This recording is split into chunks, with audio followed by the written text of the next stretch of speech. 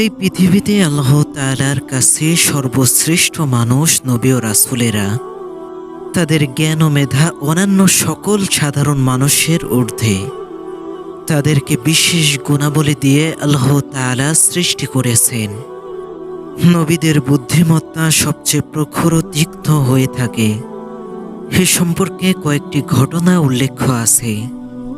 হযরত ইব্রাহিম আলাইহিস সালাতু ওয়াস সালাম ও তার দুই স্ত্রী।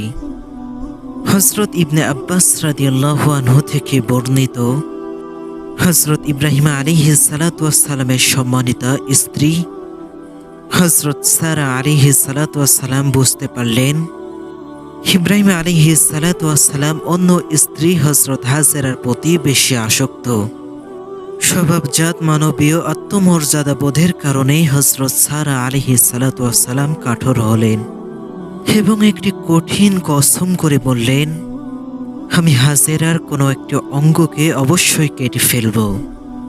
হযরত হাজেরা যখন এই নিষ্ঠুর কসমের বিষয়টি জানতে পারলেন, তখন নিজেকে রক্ষার উদ্দেশ্যে লোহ বর্ণ পরিধান করা শুরু করলেন এবং জামার হাতা ও ঝোল লম্বা রাখতে লাগলেন।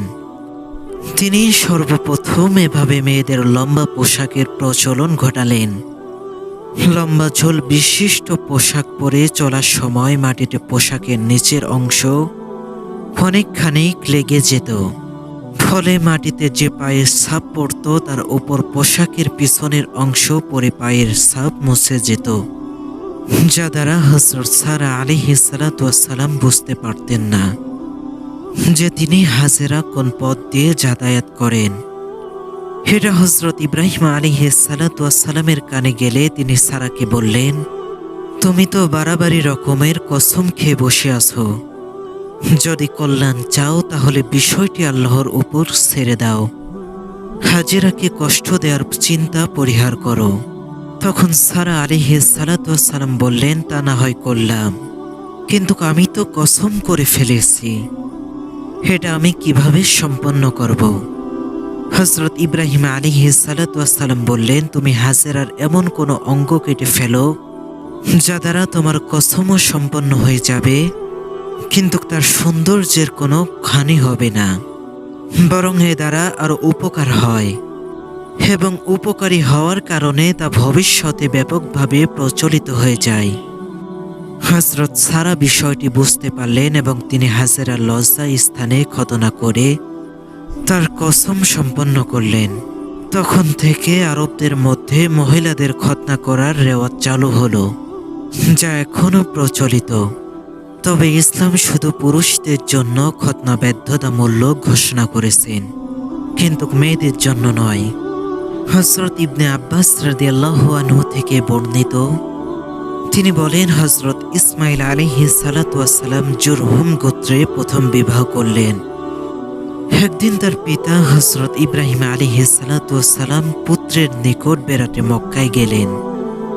হযরত ইসমাইল আলাইহিস সালাতু ওয়াস সালাম তখন ঘরে ছিলেন না, তিনি জীবিকার প্রয়োজনে বাইরে গিয়েছিলেন। হযরত ইব্রাহিম আলাইহিস সালাতু ওয়াস সালামকে তার পুত্রবধূ ঘরে বসালেন। তিনি তার পুত্রবধূকে সংসারের অবস্থা জিজ্ঞাসা করলেন।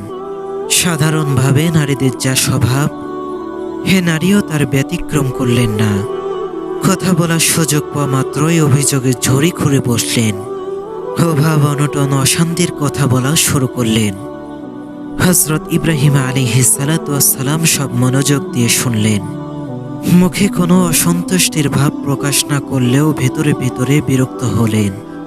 তাকে কিছু বুঝতে না দিয়ে মুখের ভাব স্বাভাবিক রেখেই বললেন, তাহলে আজই আমি উঠি। তিনি যাবার সময় বললেন, তোমার স্বামী ফিরলে তাকে বলবে যেন ঘরের চৌকাঠ পরিবর্তন করে ফেলে। হযরত ইসমাইল আলাইহিস সালাতু ওয়াস সালাম ঘরে ফিরলেই স্ত্রী সব ঘটনা খুলে বললেন। শুনেই ইসমাইল আলাইহিস সালাতু ওয়াস সালাম বুঝতে পারলেন এবং স্ত্রীকে বললেন, যিনি এসেছিলেন তিনি আমার পিতা হযরত ইব্রাহিম আলাইহিস সালাতু ওয়াস সালাম।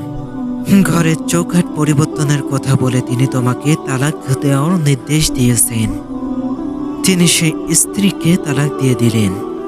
হযরত ইব্রাহিম আলাইহিস সালাতু ওয়াস সালাম ইঙ্গিতপূর্ণ বাক্য ব্যবহার করে নিজ উদ্দেশ্যের কথা পুত্রকে বুঝিয়ে দিলেন এবং পুত্রবধূকে সরাসরি বুঝতে দিলেন না।